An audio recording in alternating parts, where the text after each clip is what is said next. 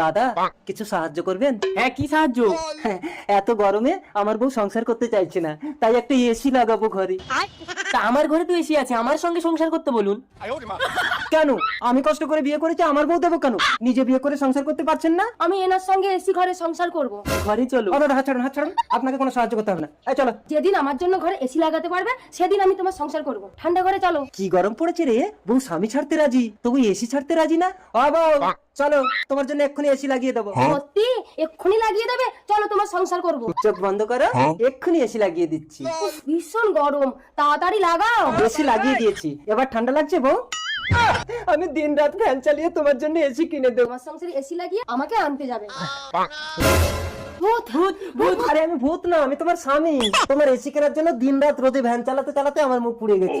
আমি মুখ পোড়ার সাথে সংসার করব না। যার জন্য পুড়লো মুখ, সেই বলে মুখ পোড়া।